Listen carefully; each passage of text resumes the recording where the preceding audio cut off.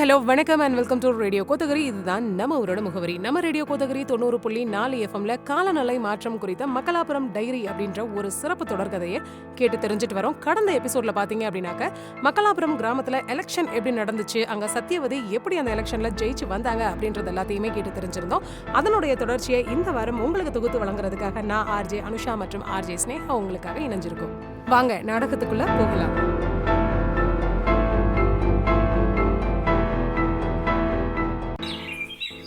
தேர்தலுக்கு பின்னாடி அதிரடியான அற்புதமான மாற்றங்கள் எல்லாமே நடக்க போகுது அப்படின்னு ரொம்பவே ஆச்சரியத்தோட இருந்த மக்களுக்கு நடுவில் ஒரு சின்ன ஏமாற்றம் அப்படிங்கிறது தொடங்க ஆரம்பிச்சிச்சு. என்னடா இது, தேர்தல் முடிஞ்சு பல வாரம் ஆயிடுச்சு, ஆனால் எந்த விதமான மாற்றமுமே எடுப்பதற்கான நடவடிக்கை எதுவுமே எடுக்கப்படவில்லையே அப்படின்னு சொல்லி ரொம்பவே யோசிக்க ஆரம்பிச்ச அந்த மக்கள் எல்லாருமே அமைதி காத்து, இதனால தான் இளைஞர்களை நம்புறதுக்கே நம்ம யோசிக்கிறோமோ அப்படின்ற மாதிரியான வார்த்தைகள் எல்லாத்தையுமே பேச ஆரம்பிச்சாங்க. பொதுமக்கள் எல்லாரும் அவங்க மேல ரொம்ப கோபத்தில் இருந்தாலும் சத்தியவதி தினமும் பஞ்சாயத்து ஆஃபீஸ்க்கு நடந்தே போயிட்டு வேறு யாருமே வர்றதுக்கு முன்னாடி உட்கார்ந்து தன்னால் முடிஞ்ச அனைத்தையுமே புரிஞ்சுக்கிறதுக்கு முயற்சியும் செஞ்சா. அவங்களுடைய வாக்குறுதிகளால் ரொம்ப முடங்கிட்டா அப்படின்னு சொல்லி நினைக்கிறேன். அது மட்டும் இல்லாமல் மற்றவங்க எல்லாமே அவளை திட்டுறதுக்கு பதிலாக கடிக்கிற மாதிரியே உணரவும் செஞ்சா. தன்னுடைய பழைய அலுவலகத்துக்கு வேலைக்கு திரும்பிய மாதிரியும் உணரவும் செஞ்சிட்டா. ஆனால் அவளுடைய குழு ஆதரவுக்கு பதிலாக அவளுக்கு ஒரு வழிகாட்டுதல் இல்லாத மாதிரி உணரவும் ஆரம்பிச்சிட்டா. அவளுடைய செயலாளர் 30 வயசே ஆன இளைஞர் தான். அவளுடைய எண்ணங்கள், அதாவது அவ செய்ய வேண்டிய மாற்றங்கள், திருத்தங்கள், இது எல்லாத்தையுமே எல்லார்கிட்டையும் விளக்கி சொல்ல நினைக்கிறா. அவ முக்கியமாக எந்த பிரச்சனையை தீர்க்கணும் அப்படின்னு சொல்லி நினைக்கிறாளோ அது மேல ரொம்பவே கவனத்தோடவே இருந்தா. அவ சீக்கிரமா இணைய இணைப்பையும் பெறவும் ஆரம்பிச்சா. அது மட்டும் இல்லாம அவளுக்கு ஒரு வழிகாட்டுதலுக்காக அவளுடைய முன்னாள் முதலாளியையும் அவ அணுகவும் ஆரம்பிச்சா. அவர்கிட்ட இருந்து அவ நல்ல ஆலோசனைகளுக்கு உட்பட்டா. ஆனா அது எதுவுமே அவளுக்கு வழிவகுக்கவே இல்லை. ஏதாவது செயல்களை திட்டம் தீட்டணும் அப்படின்னா முதல்ல பஞ்சாயத்து அலுவலகத்தை சரி செய்யணும் அப்படிங்கிறதையும் அவ உணர ஆரம்பிச்சிட்டா. அதனாலதான் சத்தியவதி ஒரு சிறப்பான திட்டத்தை தீட்டினாங்க. பள்ளி முதல்வர்கள், சுய உதவி குழுக்கள், பஞ்சாயத்து அலுவலகத்துல இருக்கக்கூடியவங்க, பல சமூக தொண்டு நிறுவனங்கள், இது எல்லாத்தையுமே ஒன்றாக திரட்டி ஒரே பக்கமாக வச்சு அவங்க எல்லாரையும் ஒரே வேலையில கவனத்தை செலுத்த ஆரம்பிச்சாங்க. அதுக்கப்புறம் அவ மக்களுடைய திட்ட பிரச்சாரத்தினுடைய கையேட்ட நினைவு கூறவும் ஆரம்பிச்சா. மேலும் மக்கள் கிட்ட இருந்து என்னெல்லாம் கத்துக்கலாம் அப்படிங்கறத பத்தியும் யோசிக்க ஆரம்பிச்சா. ஆனா இதை அவ எப்படி கொண்டு செல்வா? இருந்தாலும் ஒரு பெண், ஒரு வயதான எழுத்தாளர் ஷீலா சத்தியவதியோட திறனை பார்த்துட்டு மெதுவாக அவங்களுடைய அலுவலகத்துக்கும் வர தொடங்கினார். இருந்தாலும் ஒரு வயசான பெண் எழுத்தாளர் தான் ஷீலா. சத்தியவதியோட திறமையை பார்த்து மெதுவா அவங்களுடைய அலுவலகத்துக்கு போகவும் ஆரம்பிச்சாங்க. அங்க அவங்கள பார்த்த சத்தியவதி அவங்களுக்கு ஒரு டம்ளர் டீ கொடுத்து உட்காரவும் சொல்லியிருந்தாங்க. ஷீலா ஒரு விவசாய குடும்பத்துல பிறந்தவங்க. அவங்க கூட பிறந்தவங்க அப்படின்னு பார்த்தோம்னா 7 பேர் இருக்காங்க. ஆனா இவங்களுக்கு மட்டுமே முறையான கல்வி சலுகை அப்படிங்கிறது கிடைச்சி நல்ல முறையில படிச்சு மேல வந்துட்டு இருக்கும் போதே இவங்க வெளியூர்ல போய் படிக்கணும்னு சொல்லி ரொம்ப ஆசைப்பட்டாங்க. ரொம்ப அதிகமான தன்னம்பிக்கையும் ஒரு பிரச்சனைகளை தீர்க்கக்கூடிய ஒரு புத்திசாலித்தனமும் உடைய ஷீலா மேற்படிப்பை படிக்கணும் அப்படின்னு சொல்லி ஆசைப்பட்டாலும் சமுதாயத்துல ஏற்பட்ட சில எதிர்ப்புகள் காரணமாக 12ஆம் வகுப்பு முடிச்ச உடனேயுமே சஞ்சயோட அவங்களுக்கு திருமணம் செய்து வைக்கப்பட்டது. சஞ்சய் படிக்காதவரா இருந்தாலும் அதே சமயத்துல ஒரு விவசாயியாகவும் கடின உழைப்பாளியாகவும் இருந்தாரு. மற்றவங்க மாதிரிலாம் இல்லாம ஷீலாவோட கனவுகளுக்கு அவர் ஊக்கமளிக்கவும் ஆரம்பிச்சாரு. திருமணம் அப்படிங்கிறது அவளுடைய கனவுகளுக்கு தடையாக இருக்காது அப்படிங்கிறத அவர் உறுதியளிக்கவும் செஞ்சாரு. அவருடைய ஆதரவு காரணமாகவே ஷீலா தன்னுடைய சொந்த பாதையையும் உருவாக்க ஆரம்பிச்சா. 30 வருஷத்துக்கும் மேலாக பஞ்சாயத்துல அவள் வெற்றிகரமாக வேலையும் செய்ய ஆரம்பிச்சா. நிறைய கதைகளை எழுதவும் ஆரம்பிச்சாங்க. அந்த கதைகள் பார்த்தீங்க அப்படின்னா இந்தியாவின் விடுதலை, இந்தியாவின் கதைகள் போன்றவற்றை உருவாக்கவும் ஆரம்பிச்சாங்க. ஷீலா வறுமையின் சாட்சியாகவும் இருந்தாங்க. பட்டினியில் வாடும் குழந்தைகளுடைய வெற்று கண்கள், தோற்கடிக்கப்பட்ட தொழிலாளர்களுடைய குனிந்த தோள்கள் மற்றும் இரக்கமற்ற உலகில் தனியாக பயணிக்கும் விதவைகளின் கண்ணீர், இப்படி நிறைய விஷயங்களுக்கு ஷீலா ஒரு சாட்சியாகவும் இருந்தாங்க. தன்னுடைய கிராமத்துல நிறைய மாற்றங்கள் எல்லாமே வேணும் அப்படின்னு சொல்லி ஷீலா ரொம்பவே ஆசைப்பட்டாங்க. ஆனா நிரந்தரமான தலைவர் இல்லாததும் வாக்குறுதிகள் அப்படிங்கிறது பொய்யானதாக இருக்கிறதையும் நினைச்சு அவங்க ரொம்பவே வருத்தப்பட்டு இருந்தாங்க சத்தியவதியை பார்க்கிற வரைக்குமே. ஆனா சத்தியவதியை பார்த்ததுக்கு அப்புறமா அவங்களுக்கு ஒரு நம்பிக்கை அப்படிங்கிறது அவங்களுடைய மனசுல வர ஆரம்பிச்சது. இளம் ரத்தம் கொண்ட இந்த மாதிரி ஒரு தலைவரை பற்றி அவங்க தெரிஞ்சதுமே அந்த கணமே என்ன செய்தாலும் அவங்க கூட தான் வேலை செய்யணும் அப்படிங்கறத அவள் தெரிஞ்சும் இருந்தாங்க. சத்தியவதி தேர்தலில் வெற்றி பெற்றாங்க அப்படிங்கறத தெரிஞ்சதுக்கு அப்புறமே தொகுதியோட வளர்ச்சி அலுவலரை அணுகி மக்களாபுரத்துக்கு என்னை இடமாற்றம் செய்யுங்க அப்படிங்கிறது தான் அவருடைய முதல் கோரிக்கையாகவும் இருந்தது. அவளுக்கு ஆச்சரியமாக அதே சமயத்துல அவங்கள இந்த மாதிரி இடமாற்றம் செய்யறது மிகவும் எளிதாகவும் அமைஞ்சிருச்சு. இப்படி இருக்கக்கூடிய சூழ்நிலையில தான் பிடிஓ அவர்கள் ஷீலாவுக்கு இடமாற்றம் தருவதற்கான ஒப்புதலை அளிக்கிறதுக்கு முன் வந்தாரு. ஏன் அப்படின்னா ஒரு பெண் அதிகாரிக்கு கீழே ஷீலா செயல்படும் போது சுதந்திரமாக செயல்பட முடியும் அப்படிங்கிறது அவருடைய கருத்தாக இருந்துச்சு. அது ஷீலாவினுடைய கனவுகள், அதாவது அவங்க சமுதாயத்தில் என்னென்ன மாற்றங்கள் ஏற்படுத்தணும்னு சொல்லி திட்டங்கள் வச்சிருந்தாங்களோ அதை எல்லாத்தையுமே செயல்படுத்துறதுக்கான ஒரு வழி அமைக்கும் அப்படின்னு சொல்லியும் பிடிஓ நினைச்சிருந்தாங்க.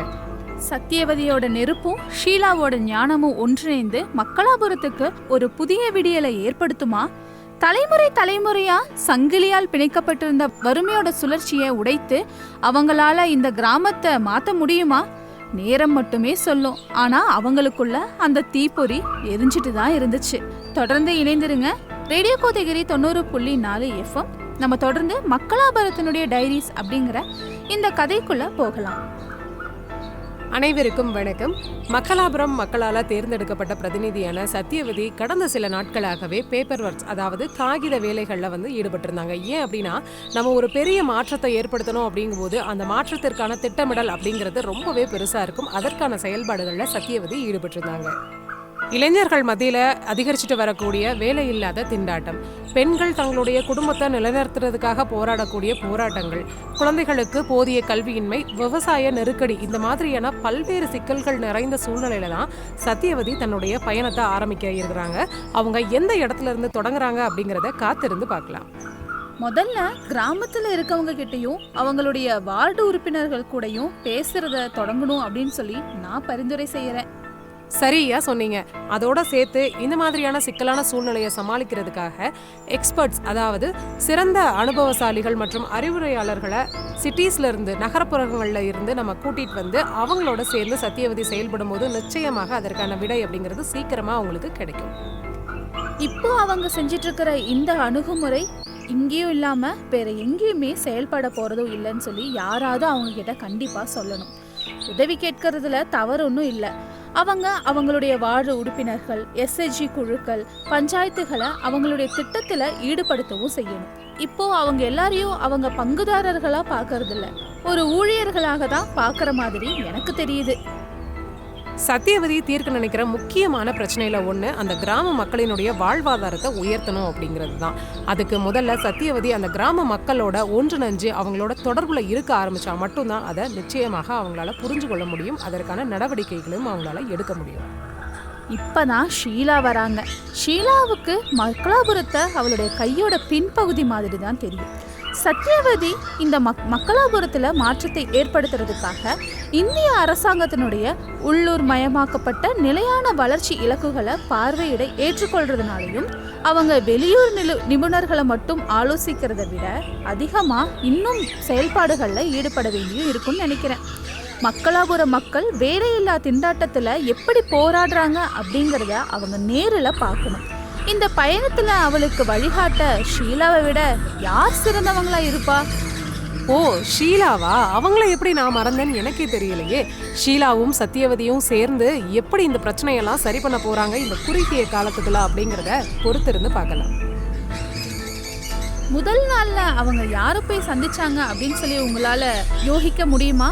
கண்டிப்பா இந்த வாழ்நாள்ல உங்களால யூகிக்கவே முடியாது. அப்புறம் எதுக்கு கேக்குறீங்க? ஆமா, உங்களை விட எனக்கு எல்லாமே தெரியும் அப்படிங்கிறத ஞாபகப்படுத்துறதுக்காக தான். என்ன விளையாடுறீங்களா?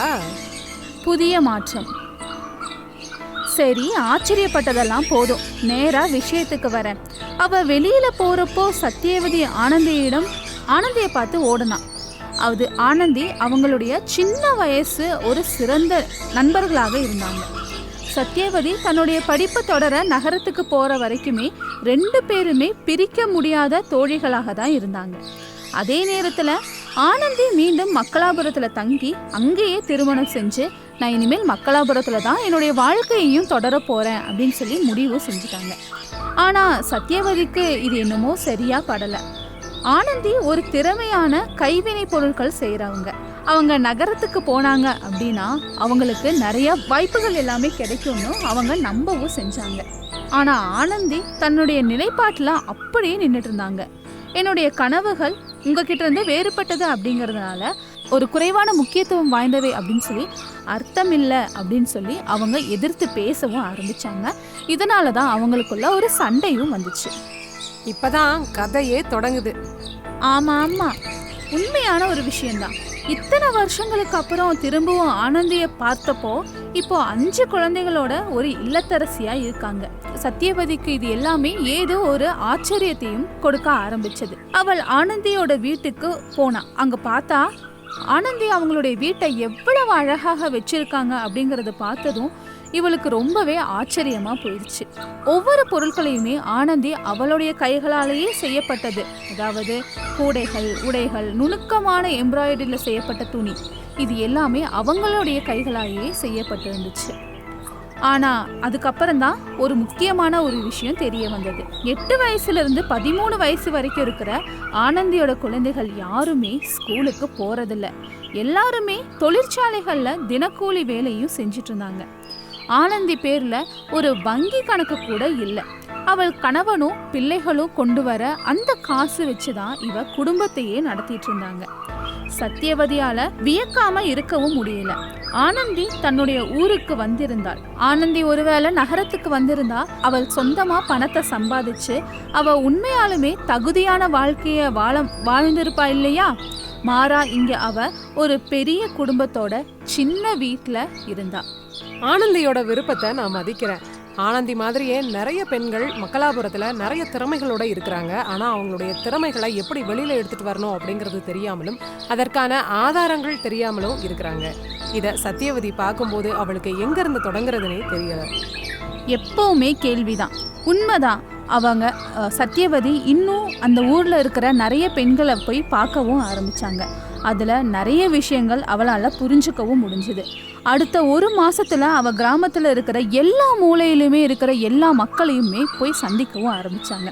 இதுல அவ புரிஞ்சுக்கிட்ட ஒரு முக்கியமான விஷயம் என்ன அப்படின்னு பாத்தீங்கன்னா, கல்வி மற்றும் வளங்களுடைய பற்றாக்குறையால காலநிலைக்கு ஏற்ற மாதிரி மாற முடியாம கடன் மற்றும் விரக்தியோட சூழ்ச்சியில உடைந்த கலப்பையோடனும் கருடமுரடான கைகளுடையும் தன்னை வரவேற்ற விவசாயிகளை அவ சந்திச்சா. ஒவ்வொரு நாளுமே போராட்டமாக தான் அவளுக்கு இருந்துச்சு. அவங்க உள்ளூர் பள்ளிகளுக்கும் போக ஆரம்பிச்சாங்க. அதுல என்ன மிச்சம் இருந்தது? உடைஞ்சு கிடக்கிற சுவர்களும் உடைஞ்ச பெஞ்சுகளும் குடிநீர் இல்லாம இருக்கிறதும் தான். ஆனா எல்லாத்தையும் விட மோசமானது என்ன அப்படின்னா, அங்க மாணவர்களே இல்ல. பெரும்பாலான குழந்தைகள் முதல் வகுப்புல இருந்தே வெளியேறிட்டாங்க. இல்லனா அவங்க இதுவரைக்கும் பள்ளிக்கு வராமலே இருந்திருக்காங்க. இதை பாக்குறதுக்கு அவளுக்கு ரொம்பவே கஷ்டமாகவும் இருந்தது. கண்டிப்பா நான் சத்தியவதியோட இடத்துல இருந்தேன் அப்படின்னா நான் தொடர்ந்து பயணிப்பனா அப்படிங்கிறது சந்தேகம் தான்ப்பா. சரிதான், நன்றி கடவுளே, நீ அவ இடத்துல இல்ல. நீங்க என்ன சொல்றீங்க? எனக்கு தெரியும், சத்தியவதி இப்போ பின்வாங்குற நிலைமையிலலாம் இல்ல. அவ அந்த மாதிரியான பொண்ணும் இல்ல. இப்போ அவ பக்கத்துல ஷீலா இருக்கிறதுனால அவங்க இப்போ முன்பை விட ரொம்ப வலிமையானவங்களா மாறிட்டாங்க. அதனாலதான் அவங்க பயணத்தை அங்கேயே நிறுத்தாம தொடர்ந்து போயிட்டு இருக்காங்கன்னு நீங்க சொல்றீங்களா? நிச்சயமா இல்ல, அவங்க தொடர்ந்து போயிட்டே இருந்தாங்க. வேலையின்மையால போராடுற இளைஞர்களை பார்த்து தங்களுடைய குடும்பங்களுடைய வாழ்வாதாரத்துக்காக தற்காலிக வேலைக்கு தள்ளப்படவும் ஆரம்பிச்சாங்க. ஒவ்வொரு நாளுடைய முடிவிலையுமே சத்தியவதியோட தோள்கள் அவ பார்த்தது கேட்கறது எல்லாமே வந்துட்டு அவளுக்கு ஒரு மிகப்பெரிய சுமையாகவும் வருத்தத்தை கொடுக்கக்கூடியதாகவும் இருந்துச்சு. ஆனா அவளுடைய தீர்மானம் முன்ன விட அதிகமான வலிமையுடையதாக தான் இருந்தது. சரியா சொன்னீங்க. இப்போ என்னால கற்பனை செஞ்சு பார்க்க முடியுது. சரி, இந்த மாதிரியான தீவிரமான பிரச்சனைகளை எல்லாத்தையும் சரி பண்றதுக்கு அவங்க என்ன திட்டமிட்டு இருந்தாங்க? ஆஹா, போதுமான நியாயம் வெளிப்படையா மக்கள் சொல்றதை கேட்டு அவங்களுடைய போராட்டங்களை நெருக்கமா பார்த்ததுக்கு அப்புறம் சத்தியவதி தன்னுடைய சிந்தனையில ஆழ்ந்து போனாங்க. அவள் நடிக்க வேண்டும் என்று தெரிஞ்சது. ஏதோ சில தொந்தரவுகளால அவளால அசைக்க முடியாத ஒன்னாகவும் மாறுச்சு. ஷீலாவாக இருக்கிறதுனால அது என்னவென்று சரியாக தெரியும். அது என்ன? அது ஆனந்தி. சத்தியவதி அவ கூட திரும்பவும் இணைந்திருந்ததுல அவளால அவளை பற்றி நினைக்கிறத நிறுத்தவே முடியல. ஊருக்கு புறப்பட்டிருந்தா ஆனந்தியோட வாழ்க்கை எவ்வளவு வித்தியாசமா இருந்திருக்கும் அப்படிங்கறத பத்தி எல்லாமே அவ சிந்திக்க ஆரம்பிச்சா. ஏன் அப்படின்னா அவ நல்லா படிப்பா, நல்லா வளங்களை பெருக்கிறதுக்கான அணுகலும் அவகிட்ட இருந்தது. அதுக்கப்புறம் ஒரு பெரிய கேள்வி அவளை தாக்கியது. ஆனந்தி மட்டும் ஏன் அவளுக்கு யாருமே இல்லை? விவசாயிகள், தொழிலாளர்கள், அவங்களுடைய குழந்தைகள், அவங்களுடைய வாழ்க்கையெல்லாம் நகரத்துல சிறப்பாக அமையாதா? அதுக்கு பதிலே இல்லையா? இப்படின்னெல்லாம் கேள்வி எழ ஆரம்பிச்சது. இறுதியா ஷீலா கிட்ட இந்த எண்ணங்களை சொன்னப்போ ஷீலா சிரிச்சாங்க. சத்யவதி ஒரு மதிப்புமிக்க ஒன்றை கற்றுக்கொள்ள பேசுகிறா அப்படிங்கிறதையும் அவங்க தெரிஞ்சுக்கிட்டாங்க. ஷீலா சத்யவதி கிட்ட கிராமத்துல இருக்கிறத தேர்ந்தெடுக்கிறது பிரச்சனைகள் இல்லை அப்படின்னு சொல்லியும் சொன்னாங்க. அதுக்கப்புறம் நகரத்துக்கு செல்றது நிச்சயமா அந்த பிரச்சனைக்கு தீர்வாகவும் இருக்காது. உண்மையிலேயே அவங்கள ஆட்சியில அமர்த்தி அவங்கள் மீது நம்பிக்கை வைத்த மக்களுக்கு அடிப்படை தேவைகளை கூட வழங்க முடியாத நிர்வாகமும் அவங்களுடைய இயலாமையும் தான் இதற்கெல்லாம் பிரச்சனை தனிப்பட்டது மட்டும் இல்ல, அது ஒரு அமைப்பு ரீதியானது. புரியுதான்னு சொல்லி கேட்கவும் ஆரம்பிச்சாங்க. சத்யவதி தான் போற பாதை சரியான அணுகுமுறையில இல்ல அப்படின்னு சொல்லி நினைச்சா. இருந்தாலுமே எங்கிருந்து தொடங்குறதுன்னு சொல்லி இன்னும் அவளுக்கு தெரியல, திணறிட்டு தான் இருந்தான். அப்பதான் ஷீலா சிரிச்சாங்க. அப்பதான் ஷீலா மீண்டும் அவங்களுடைய விவாதத்தை ஆரம்பிச்சாங்க. அப்படி என்னதான் விவாதிச்சாங்க? எதுக்கும் முன்னுரிமை கொடுக்கணும் அப்படிங்கறத மக்கள் ஏன் தீர்மானிக்க கூடாது அப்படின்னு சொல்லி ஷீலா பரிந்துரைக்க ஆரம்பிச்சாங்க. வாட்ஸ்அப் குழு மூலமா கிராம மக்களுடைய ஒரு முக்கியமான பிரச்சனைகளை பத்தி பேசுவாங்க. ஒவ்வொரு வார்டும் அவங்களுடைய பிரச்சனைகளை கொண்டு வரும். அது மட்டும் இல்லாம ரொம்ப ரொம்ப அவசரமான பிரச்சனைகள் முதல்ல கவனிக்கப்படும். இந்த வழியில சமூக மாற்றத்தினுடைய உரிமையை பெறும். வார்டு உறுப்பினர்களோட பஞ்சாயத்து கமிட்டியும் ஒரு திட்டத்தை வகுத்த போது தற்காலிக தீர்வுகளை தேட முடியாது அப்படிங்கிறது எல்லாருக்குமே தெளிவா தெரிஞ்சது. அவங்களுடைய எதிர்காலத்திற்காக மக்களாபுரத்தை தயார் செய்ய வேண்டும். நிலையான தொழில்கள், நவீன கல்வி, பெண்களுக்கான சிறந்த நிதி உள்ளடக்கம், இது எல்லாமே அதுல முன்னுரிமையாக கொண்டு வரணும் அப்படின்னு சொல்லி ஷீலா சொன்னாங்க. சத்யவதி இதற்கு ஒத்துக்கொண்டாங்க. அவங்க அடுத்த சில வாரங்கள் இளைஞர்கள் தையல், தச்சு மற்றும் டிஜிட்டல் கல்வியறிவு இந்த மாதிரியான தொழில்களை கற்றுக்கொள்ளக்கூடிய திறன் மையங்களை எப்படி உருவாக்குறது அப்படிங்கறத பத்தி அவங்க சிந்திக்க ஆரம்பிச்சாங்க. பெண்களுக்கு வங்கி கணக்குகள் இருக்கிறத உறுதி செஞ்சு சிறுதொழில் தொடங்குறதுக்கான கடன் வசதிகளை நிதி திட்டங்களோட இணைக்கிற வகையில திட்டங்களை வகுக்கப்பட்டுச்சு. பள்ளிக்காக நிதி ஒதுக்கீடு செய்யறது ஒரு உடனடி தேவை அப்படிங்கறத உணர்ந்து சிறந்த உள்கட்டமைப்புகள் மட்டும் இல்லாம மாறி வர வேலை சந்தைக்கு மாணவர்களை தயார்படுத்தும் ஒரு நவீன மயமாக்கப்பட்ட கல்வியை கூட அவங்க ஆரம்பிச்சாங்க. இதுவும் நல்ல முயற்சி தான். ஆனா ஆட்சிக்கு வர்றதுக்கு முன்னாடி எல்லாரும் சொல்றதுதான், ஆனா அதை செயல்படுத்தும் போது அது எவ்வளவு கஷ்டம் தெரியுமா? எனக்கு தெரியும். ஆனா என்னமோ இந்த முறை எனக்கு ஒரு வித்தியாசமான உணர்வு ஏற்படுது. சரி, நேரம் அதுக்கு பதில் சொல்லட்டும். அது வரைக்கும் எப்பவுமே நம்பிக்கையோட இருங்க, ஆர்வமா இருங்க, நினைவுல கொள்ளுங்க, மாற்றம் நம்ம கிட்ட இருந்து தான் ஆரம்பிக்கும். நேர்களே, இன்றைக்கான நிகழ்ச்சியில நம்ம மக்களாபுரம் டைரி அப்படிங்கிற நாடகத்தினுடைய ஒரு பகுதியை கேட்டிருக்கோம். நம்ம தொடர்ந்து இதனுடைய தொடர்ச்சியை அடுத்த வாரம் கேட்கலாம். மீண்டும் சந்திக்கலாம். அதுவரை உங்களிடமிருந்து விடைபெறுவது உங்கள் ஆர்ஜே அனுஷா மற்றும் ஆர்ஜே ஸ்னேகா.